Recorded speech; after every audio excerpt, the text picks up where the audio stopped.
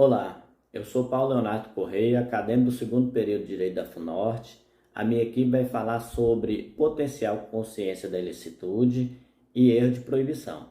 E eu vou começar falando sobre a potencial consciência da ilicitude. Primeiro é importante lembrar que faz parte, é um dos elementos, da culpabilidade, assim como a imputabilidade e a exigibilidade de conduta diversa. Então, o que seria a potencial consciência da ilicitude? Qual o conceito de potencial consciência da ilicitude? É a possibilidade do indivíduo entender que a sua conduta é considerada reprovável perante o ordenamento penal brasileiro. Ou seja, é a capacidade do agente que pratica uma conduta proibida, numa situação concreta, compreender a ilicitude do seu comportamento. Esse elemento da culpabilidade determina que só é possível a punição do agente que tinha a possibilidade de atingir o entendimento sobre o caráter criminoso da conduta que praticava. Em outras palavras, para que a conduta do autor seja reprovável, é necessário que ele ao menos saiba da sua ilegalidade. O Código Penal prevê o erro sob a ilicitude do fato ou erro de proibição como excludente de culpabilidade quando inevitável. O artigo 21 do Código Penal diz o seguinte: o desconhecimento da lei é inexcusável, ou seja, imperdoável. O erro sobre a ilicitude do fato, se inevitável, isenta de pena. Se evitável, poderá diminuí-la de 1/6 a 1/3. Considera-se evitável o erro se o agente atua ou se omite sem a consciência da ilicitude do fato, quando lhe era possível, nas circunstâncias, ter ou atingir essa consciência. A doutrina, ela usa um chamado conhecimento profano para distinguir se a pessoa tem ou não essa possibilidade de saber se a conduta é ilícita ou não. O que é esse conhecimento profano? É o conhecimento social do que é certo e o que é errado.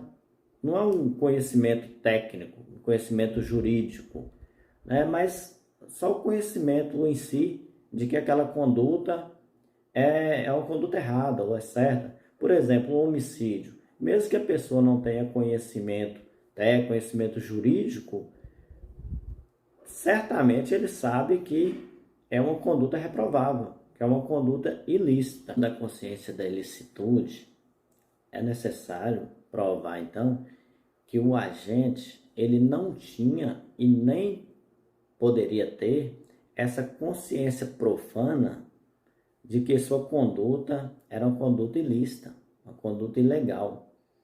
Um exemplo que eu posso trazer é, por exemplo, um senhor de idade, uma pessoa idosa, que vive isolada ali no deserto, longe da civilização, que cresceu com o hábito ali familiar de ter um animal silvestre, ter um animal em casa, E aquela questão do papagaio.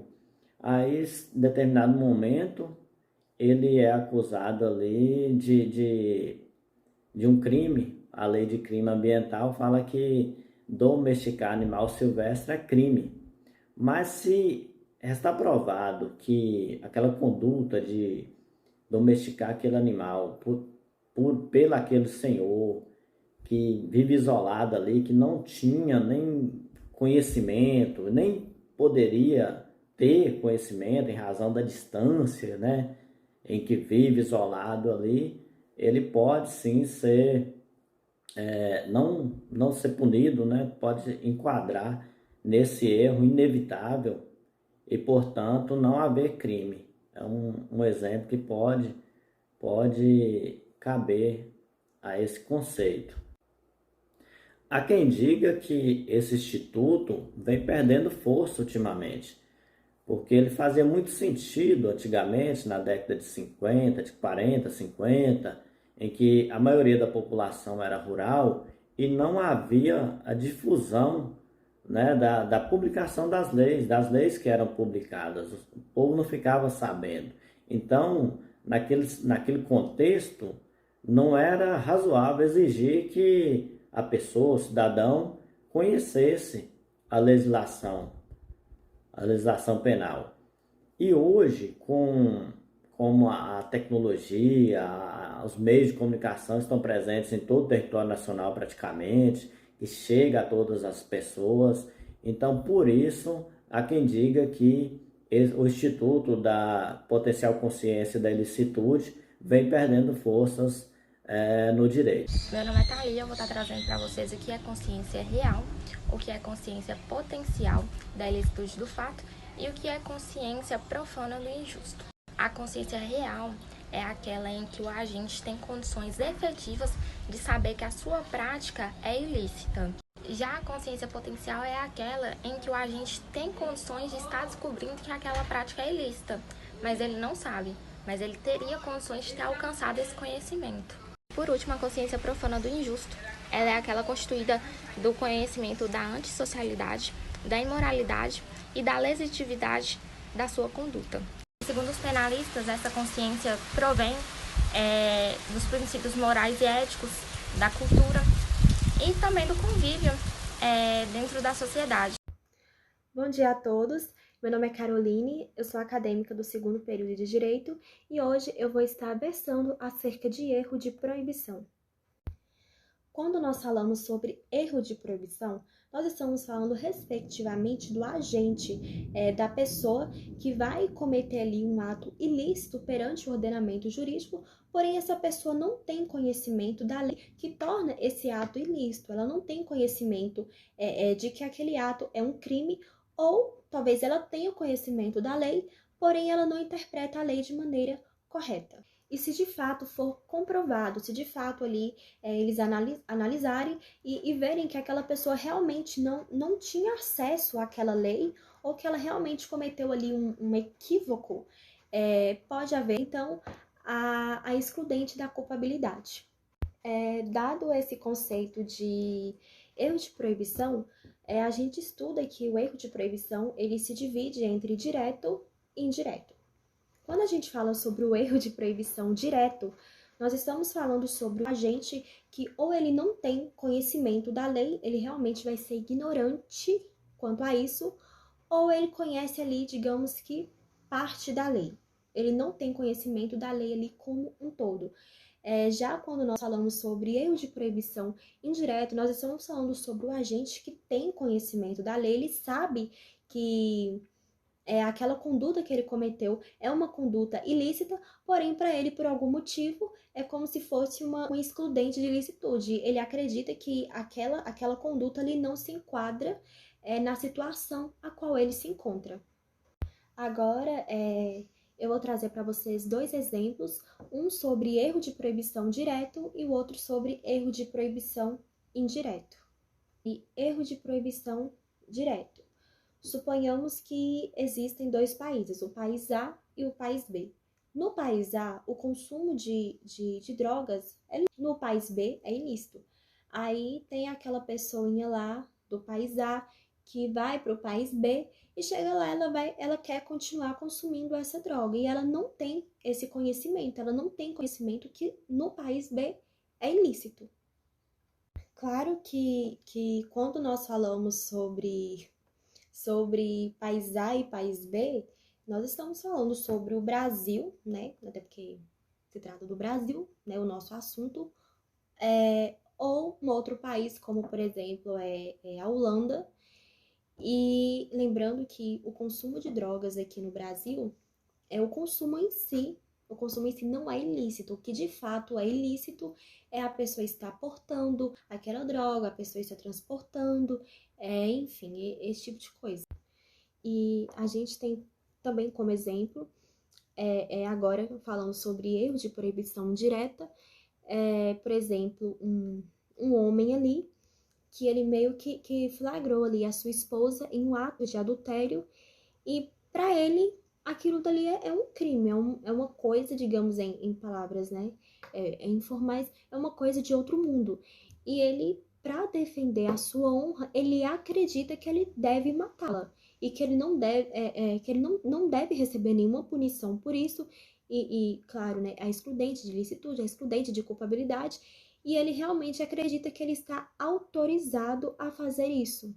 Então, como foi dito, nota-se que essa pessoa tinha, né, o conhecimento de que é um crime, né, matar alguém é crime, como prevê o artigo 121 do Código Penal, porém, para ela, aquilo dali, né, na situação a qual ela se encontrava, a qual ela se enquadra, aquilo dali não seria um crime, mas sim, de certo modo, uma excludente de ilicitude. Olá pessoal, tudo bem? Então hoje eu vou estar falando sobre dois tipos de erros, o erro mandamental e o erro sobre o elemento normativo do tipo, tá? O erro mandamental é o erro que acontece sempre em crimes omissivos, tanto para homicídios próprios como para homicídios impróprios.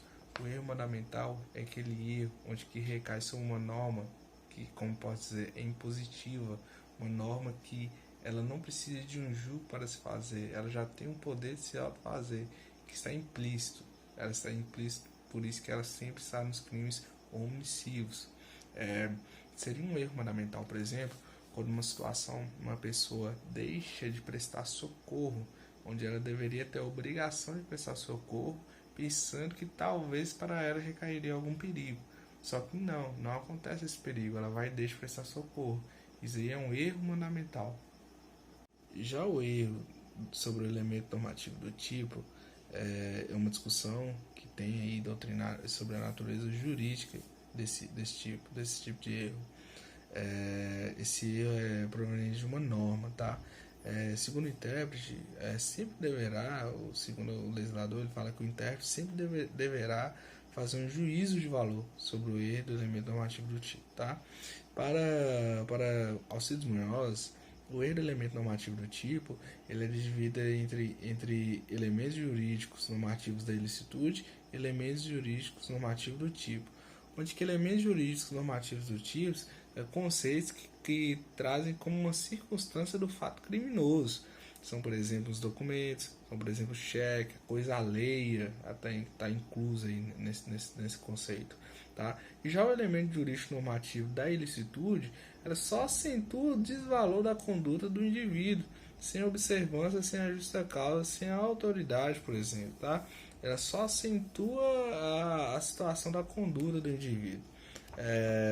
Embora incorporada, tá, essa descrição toda legal aí, a gente tá à frente de conceitos que para antijuridicidade não são circunstâncias constitutivas, sabe? São apenas fatos típicos e não fatos ressaltados, são apenas fatos ali que para o conceito doutrinário existe, mas só que para a prática não, tá? Nos casos dos casos que são relevantes, né, do elemento da antijuridicidade, nada acrescenta sobre a questão do tipo, tá? Então fica assim, concluir que para a doutrina, certo? Para o que a gente usa, para que para a gente é usual, o erro sobre o elemento jurídico normativo da ilicitude é um erro sobre proibição, tá? E já o erro sobre o elemento jurídico normativo do tipo é um erro sobre as circunstâncias constitutivas do crime. Para finalizar, segundo certos autores, como Zanga Bosch, não há razão para distinguir entre eles. Eles já são integrados ao tipo, e esse erro sempre se dá como o erro que a gente vai se usar. Então, a gente não precisa, resumindo, a gente não precisa ficar distinguindo sobre elemento normativo do tipo e sobre elemento normativo do tipo da ilicitude, pois sempre vai se recair sobre o erro, certo? Sim. Oi, meu nome é Fernanda, sou acadêmica do segundo período de Direito e vou estar falando aqui primeiramente sobre a diferença entre erro de tipo e erro de proibição. O erro de tipo, ele atua no âmbito do fato típico do crime. Ele age sobre o dolo e a culpa. Já o erro de proibição atua na culpabilidade, excluindo ou não a potencial consciência de ilicitude.